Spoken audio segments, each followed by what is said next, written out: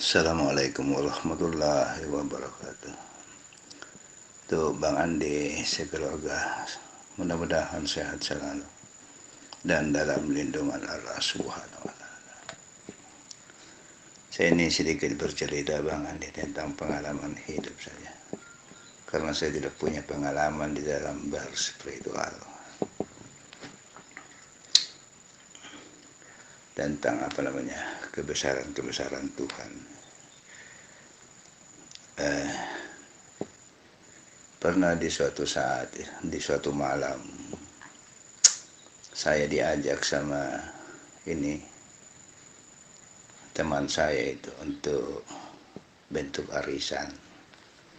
Katanya, DCC mau masuk arisan. Saya bilang, berapa?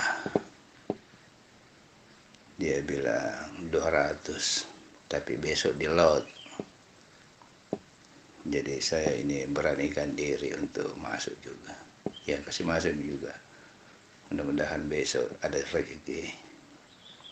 Kebetulan waktu itu masih ada uang di dompet 100. Jadi tambahannya tinggal 100. Mungkin besok kalau ada rezeki itu bisa cukup 200. Jadi lanjut cerita. Besoknya begitu, bukannya pelanggan banyak tuh dapatkan 100, tapi malah sepi pelanggan. Tidak ada yang orang cukur. Tapi saya tidak bersabar juga. Itu berlangsung 10 tahun yang lalu. Sudah lama. Mungkin uang 200 itu nilainya masih tinggi di era 20-an. Pekerjaan saya itu sebagai tukang cukur sekaligus penjahit sepatu. Sambil menunggu pelanggan, saya itu bersihkan napas. Tapi tidak pakai, sudah lama saya amalkan itu sikir napas. Tapi tidak pakai hu Allah. Saya pakai Allah saja, seiring dengan napas saya itu. Lama-lama itu saya bersikir dulu sendiri sambil merokok. Tiba-tiba bos saya datang, mantan bos saya itu, dari Sungguh Minasa, tempat dulu saya tinggal di Sungguh Minasa itu. Itu mantan bos ikan saya itu, waktu saya masih menjual ikan. Sekarang sudah hancur juga. Sudah tidak berdaya seperti yang Bang Andi biasa ceritakan itu. Sudah dirapatkan oleh itu. Sudah dihinakan. Tapi belum sadar juga. Begitu dia datang sama saya, dia beri salam. Saya persilahkan duduk di hadapan saya itu. Saya perhatikan dia. Pakaian yang begitu lusuh. Saya merasa iba, kasihan sekali sama mantan bos saya dulu yang begitu kaya raya, sekarang sudah hancur. Saya buatkan dia kopi sambil minum cerita-cerita. Saya habis itu kopinya, saya kasih dia rokok. Sisa rokok saya kasih. Dia minta pamit. Tiba-tiba seperti yang Bang Andi ceritakan, ada kayak perintah. Saya berikan uang yang ada di dompet saya itu 100.000. Uang 100, bukan uang 52, uang 100 satu lembar. Saya berikan sama dia.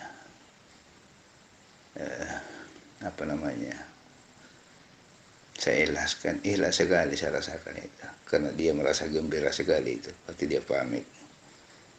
Tapi bukan saya yakin atau minta sama Tuhan, cuma sedikit ada rasa putus asa begitu. Mau masuk arisan mau ditambah malah di ini disedekahkan begitu. Jarang saya itu meminta sama Tuhan itu tentang kebutuhan. Bukan ini cuma lupa kan, entah bagaimana Bang Ali. Cuma ya begitu baru saya itu kenal-kenal apa yang dikatakan perintah.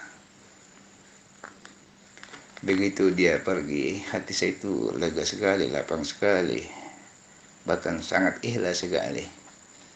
Seiring dengan ini, sedikit ada putus asa. Uang yang mau ditambah untuk bayar arisan malah disedekahkan. Jadi dalam hati saya tidak usah masuk tidak usah masuk arisan. Banyak nanti di belakang itu ya orang-orang ini bentuk arisan. Begitu dia pergi, saya duduk-duduk lagi sambil merokok, bersikap dalam hati. Tiba-tiba ada pelanggan satu orang masuk, bayarnya 10.000. Saya sudah dapat pembeli rokok, sudah salat duhur, sudah lapar juga. Saya pulang ke rumah, makan, istirahat, tidur. Sebelum asar itu saya berangkat lagi ke tempat kerja. Kebetulan sekali tempat kerja saya itu kan berhadapan dengan masjid. Sesudah salat asar, tiba-tiba pelanggan itu banyak sekali. Saya tidak sangka begitu. Mulai dari sudah salat asar sampai maghrib itu saya tidak berhenti mencukur. Jadi saya lanjut salat ini maghrib. Sudah salat maghrib lanjut lagi. Lanjut sampai isya. Bahkan sampai salat isya ini saya tunda sampai jam 9 malam itu. Baru saya salat isya. Semua yang ini karena saya tukang jahit sepatu sendal yang sudah bertumpuk-tumpuk itu sudah berbulan-bulan lamanya ya, sudah diambil orangnya yang punya.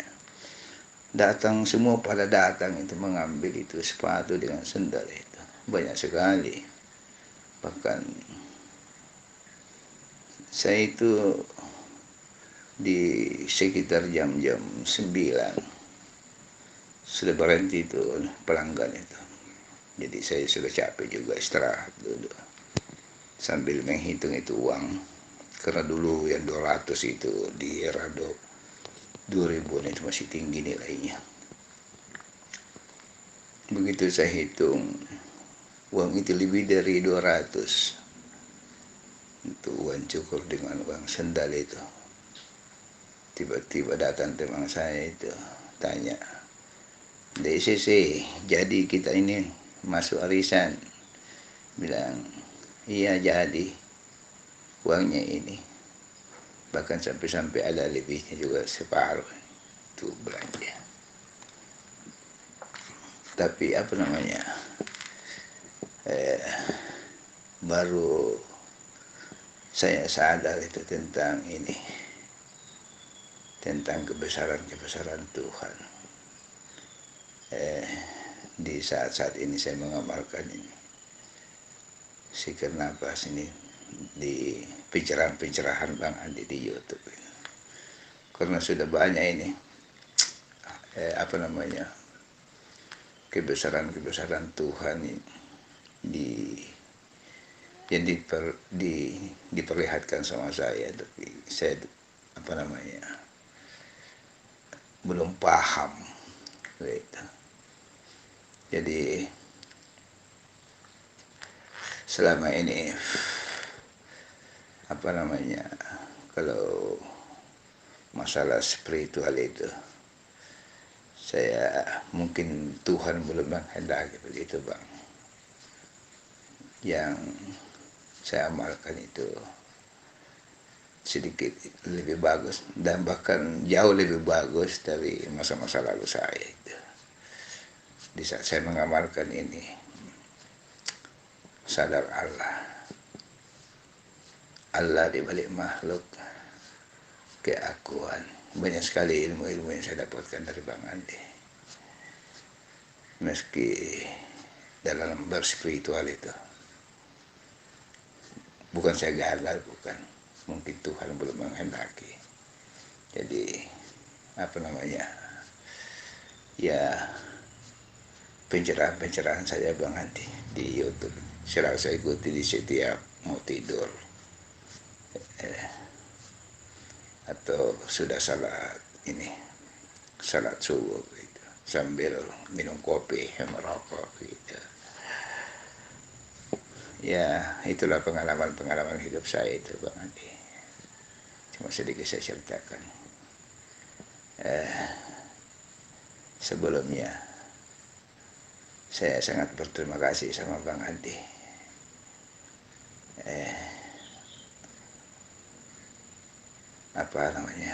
Akhir kata ini saya ucapkan assalamualaikum warahmatullahi wabarakatuh. Amin.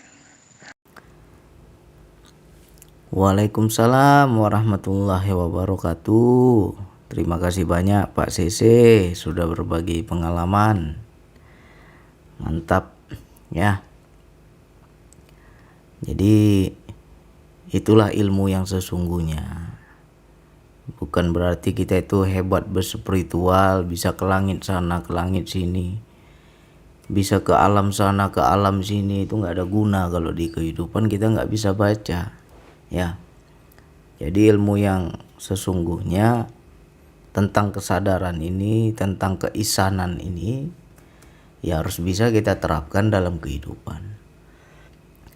Dari cerita Pak CC tadi, dari kisah Pak CC, itu banyak pelajaran yang kita bisa cerna.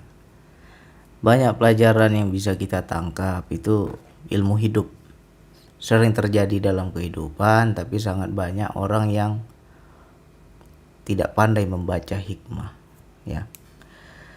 Dari awal cerita ingin main arisan ya, itu keinginan diri kan.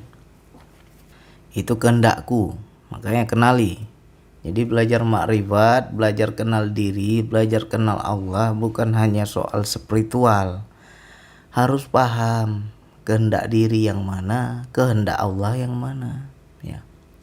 Kehendak diriku ingin main arisan, ingin nyetor uang untuk arisan ya, itu kehendak diriku. Lantas kehendak Allah yang mana? Terdoronglah untuk membantu ya. Bosnya yang dahulu kaya raya, semua ada, akhirnya sekarang susah.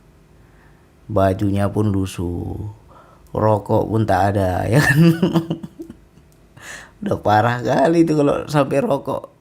Kalau masih ada rokok masih aman dunia, tapi kalau udah nggak ada rokok ada kacau kali itu dompetnya ya kan. Ya kan. Nah itulah, dari kisah-kisah begitu kita bisa ambil pelajaran ya. Hidup itu nggak ada jaminan. Jadi jangan sampai kalau kita lagi di atas, kita lagi hebat, kita lagi senang, kita lagi terhormat, kita anggap selamanya aku di posisi ini. Jangan salah ya. Mudah bagi Allah memuliakan seseorang, mudah pula bagi Allah menghinakan seseorang. Ya biasanya orang-orang yang dihinakan itu ya karena bandel kali biasanya. Ya, saya pun sudah rasa itu. Udah bebal kali, udah bandel kali, udah sombong kali ya. Akhirnya apa? Dibanting hidup kita. Biar apa? Biar belajar. Agar apa? Agar kenal. Jadi proses pengenalan diri itu berat. Gak main-main ya. Jangan ngaku-ngaku lah aku udah kenal Allah, aku udah kenal diri. Kalau belum dibanting jangan ngaku-ngaku kenal diri.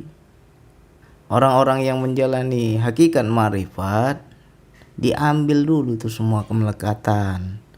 Biar kenal mana punyamu, mana punyaku, kata Allah. Siapa yang membisakanmu, Siapa yang memampukanmu? Jangan kau akui itu kemampuanmu. Akhirnya apa? Dibuat tak mampu. Baru kenal di situ. Sakit dulu kan, baru kenal. Jadi ada proses. Jangan dibilang enak aja, aku udah sekian tahun bang ngaji makrifat, udah kenal diri, udah bang, udah kenal Allah, udah bang. Tapi di kehidupan nggak kenal kita, ya. Jadi bagi saudaraku, sahabatku yang saat ini banyak bantingan, ya selamat datang. Itu proses Allah memperkenalkan diri kita. Ya, di situ baru kenal kita. Siapa yang membisahkan? Siapa yang memampukan? Siapa yang memberi kuasa? Siapa yang berkehendak? Di situ kita baru kenal. Ada proses. Begitu pula macam Pak CC. Memang awal-awal kita itu kalau nggak bisa membaca hikmah pasti kecewa. Ya. Pasti kecewa. Siapapun orangnya kalau belum bisa membaca hikmah pasti kecewa. Contohnya tadi tuh, saya hendak main arisan bang, uang yang ada pada diri saya untuk setor uang arisan. Tapi tiba-tiba datang ini bos saya yang sudah susah. Tergerak hati saya nolong, gak tega saya gak bantu. Akhirnya apa yang ada pada diri kita berikan. Pada itu satu-satunya itu. Cuma selembar kita punya misalnya. Ya. Rela kita berikan. Karena apa? Antara keinginan diri dan kehendak Allah. Ya. Antara kehendak diri dan kehendak Allah. Lebih besar kehendak Allah. Ya. Misalkan begini. Ada orang punya uang nih. Dia butuh, dia ingin membeli sesuatu dengan uangnya itu. Lalu ada pula saudaranya yang susah, butuh bantuan, minta tolonglah, pinjamkanlah aku uang, aku butuh.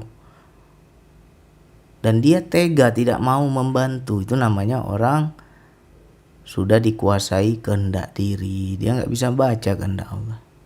Tapi macam Pak CC kan lebih besar lagi kehendak Allah. Aku paham bang, ini dorongan dari Allah. Allah yang suruh kasih, ya aku kasih. Walaupun di akhir cerita kita ada sedikit kecewa, tapi gak bisa nolak. Ya kan? Gak tega aku gak kasih bang. Itu tandanya kita sudah meleburkan kehendak diri. Itu yang dibilang fana, ya. Fana dalam kehidupan itu luas maknanya. Itu yang dibilang fana tadi, tak ada lagi diriku. Ya kan? Ya udah, ikutin aja kehendak Allah. Aku simpan dulu kehendak diriku. Nah, di akhir cerita udah kita kasih, udah pulang orang itu, sudah kita bantu, Allah ganti berkali-kali lipat. Allah tunjukkan kuasanya, ya. Di situ baru kita kenal Allahu Akbar, ya. Jadi Allahu Akbar itu harus kita pahami, harus kita saksikan dalam kehidupan. Allah Maha Besar itu seperti apa? Kebesaran Allah itu seperti apa? Jangan waktu demo aja menjerit Allahu Akbar, Allahu Akbar. Demo-demo menjerit kita, tapi tak paham itu. Ya. Allahu Akbar itu saksikan dan lihat, sadari. Yakini kekuasaan Allah di dalam kehidupan. Kebesaran Allah dalam kehidupan. Ya. Yang dahulu sepatu tertumpuk-tumpuk berbulan-bulan. Kok di hari yang sama mereka datang semua bang. Mereka ambil sepatunya, mereka bayar uangnya. Kok bisa tepat harinya gitu. Waktunya kok bisa tepat. Siapa yang mengatur itu semua? Disitulah baru kita kenal sesungguhnya Allah Maha mengatur segala urusan makhluknya. Ya, di Al-Quran kan ada tuh Allah Maha mengatur segala sesuatu. Nah, yang ngatur itu siapa? Di situ baru kita kenal. Jadi harus ada proses pembuktian dalam hidup. Ya. Memang awal-awal ngeri-ngeri sedap, awal-awal kita jantungan, Awal-awalnya kita kecewa, awal-awalnya kita sedih. Kenapa bisa seperti itu? Karena kita masih buta. Ya. Kecuali orang yang sudah nggak buta lagi, udah bisa melihat hikmah, itu dia nggak ada sedih. Kasih aja lah. Ya. Aku yakin nanti Allah akan ganti. Aku yakin mungkin kalau aku lanjutkan arisan bermasalah nanti. Aku urungkan dulu. Aku simpan dulu keinginanku, aku ikuti aja kehendak Allah. Itu kalau orang udah bisa membaca hikmah, ya. Tapi macam Pak Sese kan belum bisa baca hikmah. Awalnya kecewa. Nggak apa-apa. Awal-awal begitu. Wilayah ini butuh pembuktian, makanya nanti baru kita itu keyakinan itu meningkat. Ya. Hari ini Allah buktikan, Allah tunjukkan kuasanya, Allah tunjukkan keakbarannya. Kenal kita. Besok ditunjukkan lagi, tambah kenal. Ditunjukkan lagi, tambah kenal. Lama-lama udah jadi hafal. Udah hafal aku nih. Kalau begini nanti bakal begini, kalau begini nanti bakal begini. Aku sudah hafal, udah sering kejadian. Ya.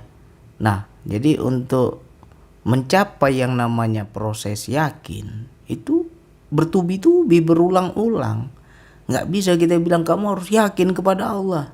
Nggak bisa. Harus dibuktikan dulu baru yakin. Nggak bisa main yakin-yakin kita. Makanya keyakinan juga meningkat. Ya. Saya justru senang kalau ada orang yang bisa menceritakan seperti ini.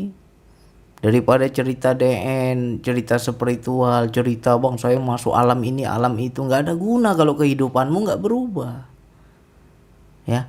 Lebih bagus yang seperti ini. Inilah ilmu laku. Ilmu kehidupan. Ya. Keisanan itu harus kita terapkan dalam kehidupan. Ya. Ayat-ayat Allah itu kan ada dua. Ada yang tertulis, ada yang tidak tertulis, ya.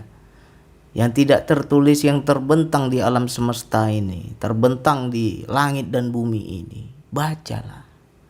Macam mana bang saya baca? Baca di mana bang? Baca di gunung, baca di batu, baca di mana bang? Baca di gerak-gerik hidup kita.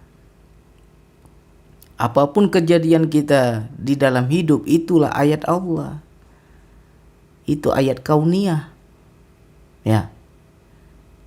Itu yang dibilang orang kitab diri. Pada dirimu sendiri itu sudah ada kitab. Baca. Itu yang harus kita pahami. Contoh, cari di Al-Quran. Ada tuh ayatnya yang berbunyi, ya, kalau saya nggak hafal Quran, makanya saya hafal yang sepotong-sepotong aja itu. Berikanlah hak orang yang meminta-minta dan orang yang tidak meminta-minta. Allah bilang apa? Berikan hak mereka. Hak orang yang meminta dan hak orang yang tidak meminta-minta. Mungkin yang kita pahami selama ini hak orang yang meminta-minta ya orang yang minta sedekah, itu yang kita pahami. Karena tiap hari dia minta sama kita. Ya kan? Nah, hak orang yang tidak meminta yang mana? Ya itulah yang kejadiannya sama Pak Sese. Datang bos saya bang. Dulu dia hebat bang. Dia senang bang. Tapi sekarang udah susah hidupnya bang. Saya lihat pakaiannya lusuh. Rokok pun tak ada. Sedih saya bang. Kasihan saya. Akhirnya tergeraklah saya membantunya. Itu berarti Pak Sese sudah menjalankan ayat Allah yang di Al-Quran. Yaitu memberikan hak orang yang tidak meminta. Orang itu gak minta sama kita. Tapi ketika kita ada muncul rasa iba, muncul rasa dorongan hendak membantu, kelihatannya dia butuh ini. Gak sangka saya dulu begitu senangnya, dulu begitu hebatnya, sekarang jatuh terpuruk, dan saya tergerak untuk membantu. Ya udah, kita bantu. Itu berarti kita sudah menjalankan Quran. Ya. Jadi Al-Quran itu bukan untuk dibaca, bukan untuk dihafal, tapi harus dilakukan dalam hidup. Ya. Makanya kita jangan hanya sekedar baca, harus kita amalkan dalam hidup. Sudahkah gerak-gerik hidup kita ini mencerminkan Quran? Sudahkah gerak-gerik hidup kita ini ada ayat Allah di Al-Quran? Ya, di situ kita harus buktikan. Satu lagi ayat di Al-Quran, ketika kamu berbuat satu kebaikan, aku akan ganti 10 kebaikan, kata Allah. Akan kubalas 10 kebaikan. Itu kata Allah. Apabila kamu berbuat satu keburukan, aku balas 1 keburukan. Tapi kalau kamu berbuat 1 kebaikan, aku balas 10, bisa lebih. Ya, suka-sukanya Allah. Nah, itu kan terjadi dalam hidup. Pak Sese ngasih 100.000. Nah, coba dihitung itu. Dari hasil yang didapat orang datang dalam hari yang sama itu berapa ratus? Berapa kali lipat? Itu juga Quran. Ya. Nah, jadi bagi kita yang sudah membuktikan, makanya kita belajar itu jangan sekedar ngaji, jangan sekedar menyimak, jangan sekedar mendengar. Harus buktikan dalam hidup. Ya. Kepada siapapun kita dengar ceramah, kepada siapapun kita dengar tausiah, amalkan dalam kehidupan. Ya. Itu yang sesungguhnya Al-Quran. Ada bang ayatnya di Al-Quran bang, cocok itu bang sama kejadian di hidup saya. Nah, berarti kamu sudah menjalankan Quran. Ya. Nah, itu harus kita hafal-hafal. Kalau bagi saya begini. Ya. Kalau orang kan tentang sedekah itu kan selalu hanya membaca yang tertulis saja. Di Quran dibilang kau kasih 1 nanti kau diganti 10. Akhirnya apa? Dia berbagi. Banyak-banyak sedekah. Tapi yang dia harapkan kelipatan sedekah. Itu juga masih ada udang di balik bakwan itu. Berarti masih ada maunya, nggak ikhlas. Ya. Tapi kalau kita membuktikan segala gerak hidup ini dengan keikhlasan, disitulah baru kita ibaratnya tercengang kita. Tercengang dalam arti kata dahsyat kali. Allah balas ini kok cepat sekali. Allah tunjukkan kuasanya. Di situ kita bingung-bingung sendiri tuh, ya kan? Kalau bagi saya sih, coba nanti teman-teman ya, dihafal-hafal ini ya. Kalimat saya ini dihafal-hafal. Kalau saya udah sering membuktikan dalam hidup, ketika ada yang meminta kepada kita, itu sejatinya Allah hendak memberikan kepada kita. Ya. Ibarat kata gini loh, kalau kita mau hitung-hitungan sama Allah ya. Aku mau kasih 10 ini, kata Allah. Tapi kau kasih dulu 1 ya. Kau serahkan dulu milikmu 1 biji itu, kau berikan. Nanti aku mau kasih 10. Nah, bahasanya seperti itu. Jadi ketika ada yang meminta kepada kita, sejatinya Allah hendak memberikan kepada kita. Cuman ketika dimintai, banyak orang kedekut, pelit, apalagi kerit, bakil, ya.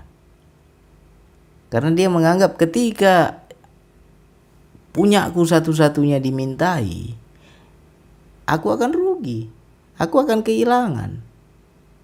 Tapi dia nggak bisa baca hikmah bahwa Allah sudah siapkan gantinya. Ya. Jadi untuk saudaraku, sahabatku, kenapa ya bang kok rezekiku seret terus ya bang? Kok aku nggak pernah berlebih ya bang? Kenapa semua yang aku usahakan nggak berkah bang? Karena kamu pelit. Itu aja kuncinya.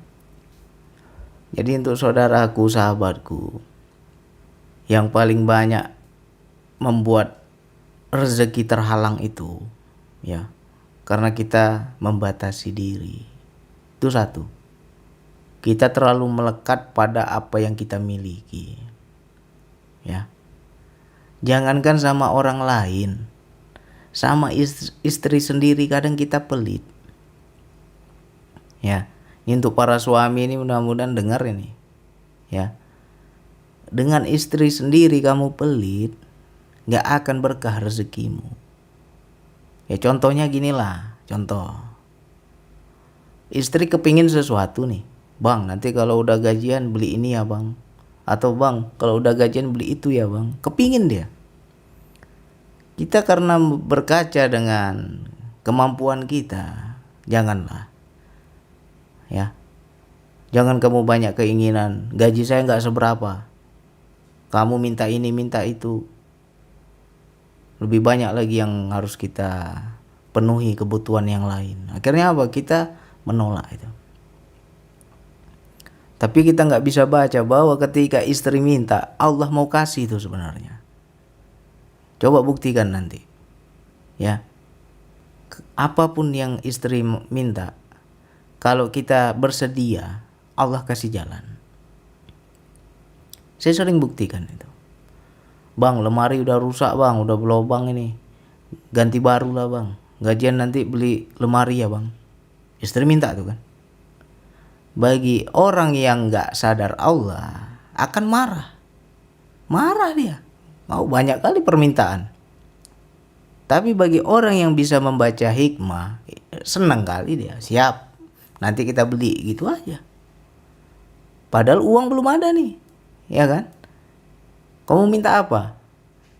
Lemari nanti beli ganti baru. Ya udah, nanti kita beli. Iyakan dulu. Itu syaratnya itu. Iyakan dulu. Walaupun kita belum ada uang. Ya. Walaupun kita belum ada uang. Tapi minta bantu doa. Nah, kamu doalah biar murah rezeki saya. Kalau ada saya kasih. Ya. Kalau kita iyakan, lihat nanti ada saja rezekinya dan bisa terbeli itu. Ya, karena apa? Di hati kita tulus. Istriku minta ya Allah, enak kali dia minta sama aku. Tapi aku nggak mampu ya Allah. Sekarang aku mintalah padamu ya Allah. Kalau engkau mempercayakan aku, engkau memurahkan rezekiku, aku bisa menyenangi istriku. Ya. Gak perlu kita marah sama istri. Saya begitu. Apa yang dia minta, saya iyakan dulu. Walaupun saya belum ada uang. Tapi di akhir cerita ada uangnya. Ada saja jalannya. Ya. Macam anak saya, bang. Ya. Sepeda jaki udah rusak-rusak tuh ya. Ganti sepeda baru lah ya. Siap, nanti ayah beli. Langsung siap. Kenapa? Saya udah baca ini Allah mau kasih ini untuk anak saya sepeda. Ya, bisa nggak kita seperti itu? Kalau bisa, mudah itu semua. Nggak marah kita sama anak. Ngapain marah? Kalau orang yang nggak karena mikirkan, aduh nggak ada uang, ini banyak permintaan, marah dia. Kalau saya nggak, siap. Nanti ayah belikan. Nah, kamu bantu ayah doa. Ya kan? Tinggal minta kita ke Allah. Belajar dari anak kita itu. Belajar dari istri kita. Enak kali dia. Kepingin ini minta. Kepingin itu minta. Kenapa kita gak bisa juga begitu kepada Allah? Ya Allah, anakku kepingin sepeda ya Allah. Dia hendak mengaji. Tiap hari dia jalan kaki jauh. Coba ada sepeda ya Allah. Mudah dia mengaji. Gak capek dia jalan kaki. Mudahkanlah untukku ya Allah. Aku ingin menyenangi anakku. Aku ingin membahagiakan anakku. Bukankah membahagiakan anak istriku itu ibadah ya Allah? Mampukan aku ya Allah. Ada saja jalannya itu. Ya. Jadi macam Pak CC tadi, kenapa? Kecewa. Karena belum bisa baca hikmah. Kalau kita bisa baca hikmah, lebur keakuan kita, kemelekatan diri kita udah serahkan. Aku yakin nanti Allah ganti. Ya. Kenapa Pak Sesi belum bisa yakin? Karena wilayah ini butuh pembuktian. Ya. Kalau saya selalu hafal itu, hafal. Ya. Terkadang kita posisi lagi sulit. Susah lah kalau dibilang. Kita pun kurang, kita pun gak ada uang. Tapi begitu datang keluarga terdekat, kita lihat susah, dia lagi ada masalah. Tergerak hati kita. Seperti ada yang perintahkan, bantu dia. Berikan. Apa daya? Mana yang lebih kita takuti? Ya kan? Kalau kita bisa menyaksikan Allah kala itu, betul-betul diri ini fana, ya. Gak ada lagi lah diriku. Gak ada lagi lah kehendakku. Yang ada hanya kehendak Allah sekarang. Ya udah, serahkan. Nah, jadi kita belajar dari orang terdekat dulu. Makanya kalau yang sulit rezeki, nah ini dirubah. Sama anak jangan pelit, sama istri jangan pelit. Ya. Apapun kehendak mereka, apapun keinginan mereka, selagi masih di batas wajar, ayo kita belajar yakin kepada Allah. Berani nggak kita? Nggak ada uang nih. Ya minta inilah ya, beli itulah ya. Siap, nanti kita beli.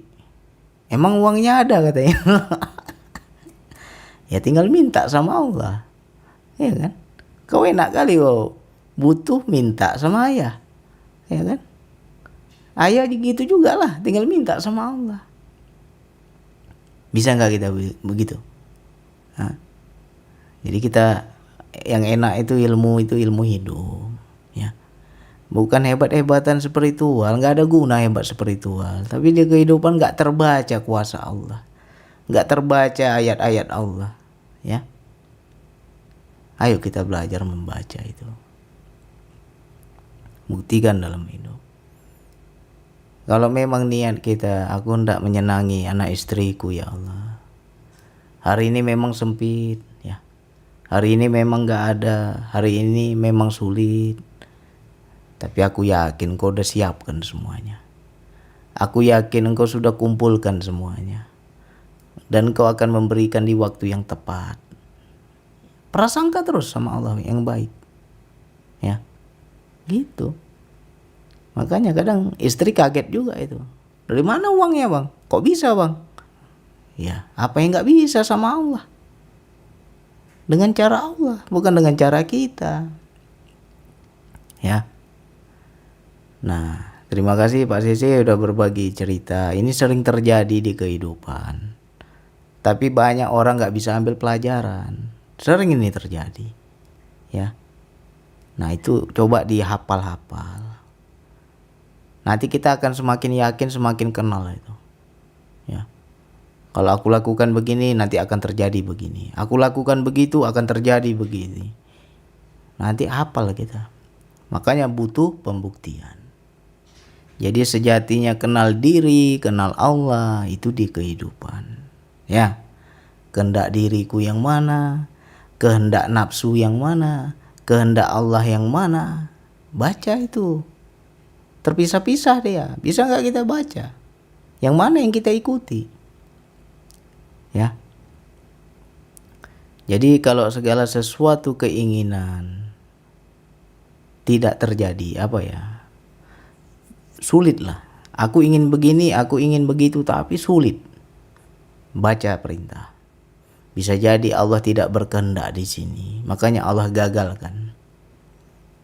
Bisa jadi keinginanku ini tidak baik, makanya Allah gagalkan. Allah punya rencana yang terbaik. Allah Maha tahu ke depannya bagaimana. Ya.